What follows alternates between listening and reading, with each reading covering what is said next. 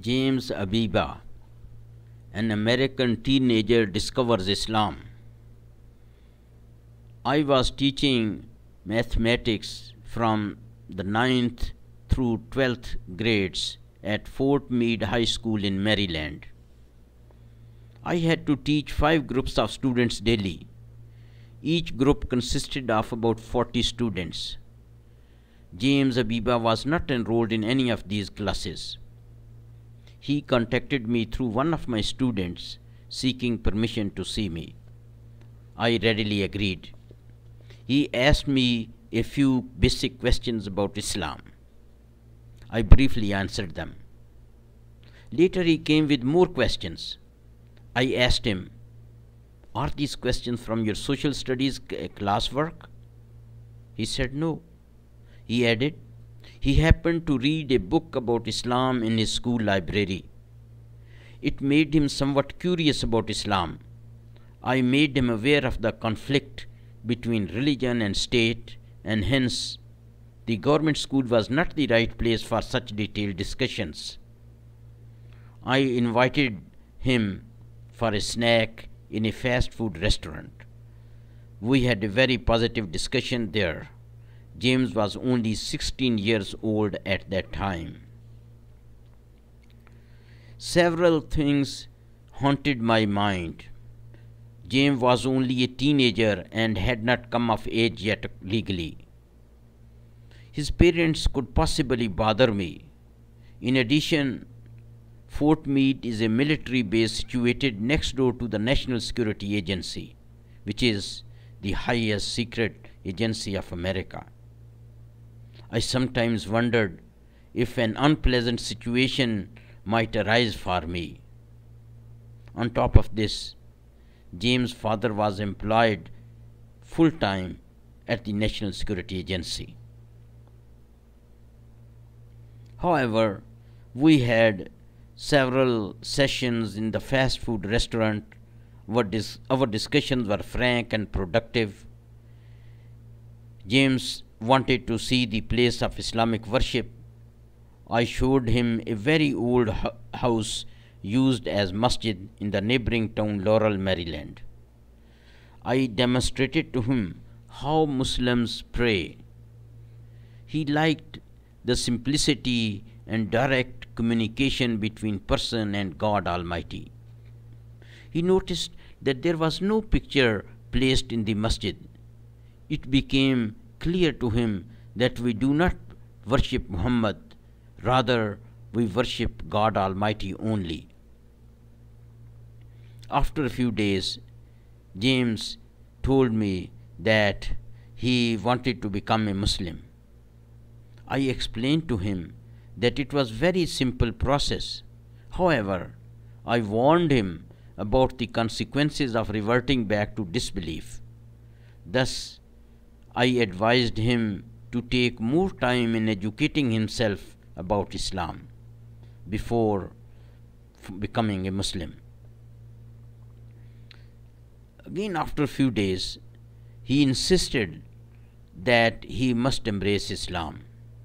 Praise be to God, he did.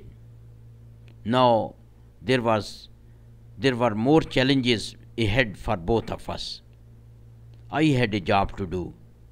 I had to pick him up every Sunday from his house to bring him for afternoon prayers in the masjid.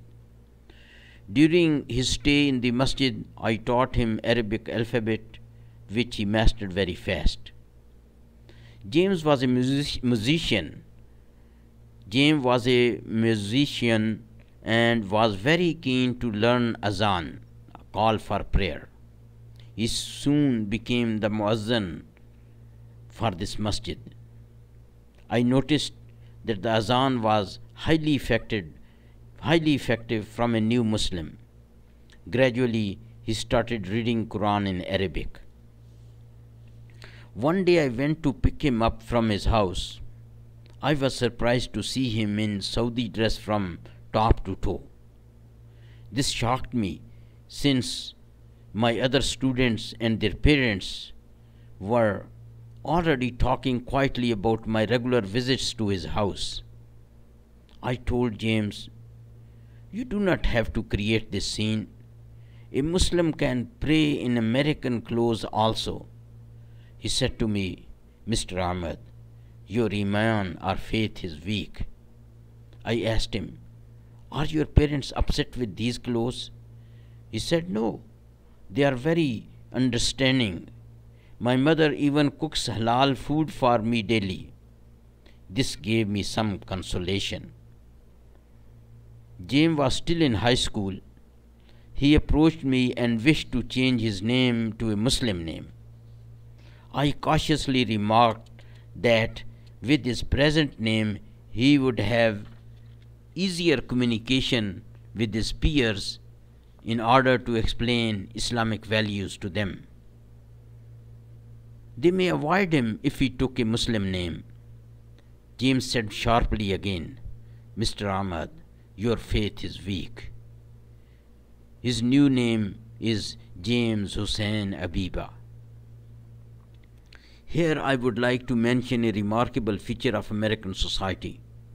Many American youth try to seek temporary jobs to offset the expenses of their further education. Although some parents are rich and they hold a high status in society, their children do not feel shy to seek even a menial job for this purpose. The youth do not hide this activity, they rather very proudly share it with their friends, relatives, and neighbors. These jobs give youth an exposure to the ups and downs of the real life. This enhances their maturity and sense of responsibility. In the case of James, he was looking for a summer job after his high school graduation. My wife had just opened a medical clinic in the neighboring town. She appointed him as a receptionist in her clinic. Her practice was new and not very busy. Therefore, James had plenty of time to read Islamic books there. James used to observe Eid or Muslim celebration with my family. One year, Allah brought me from America to Makkah Mukarramah and Medina Munawwara during the month of fasting and Eid. I was, however, concerned about James' loneliness in America. On my return to America, I immediately inquired about James' well-being from some brothers in the masjid. They enthusiastically said he participated in many activities during Ramadan and even stayed in the masjid day and night during the last 10 days of Ramzan observing itikaf. They added, he is always ahead of us in practicing Islam. James was very humble and never mentioned anything to me about his itikaf. I prayed that Allah accept James' sincere submission to him. He went on to college and graduated majoring in Islamic history. He was a well-known leader of Muslim Student Association on his university campus in College Park, Maryland. He married a Muslim girl from India. Both of them started teaching at Universal Islamic School in Chicago. I got in touch with James' family by email after about 20 years.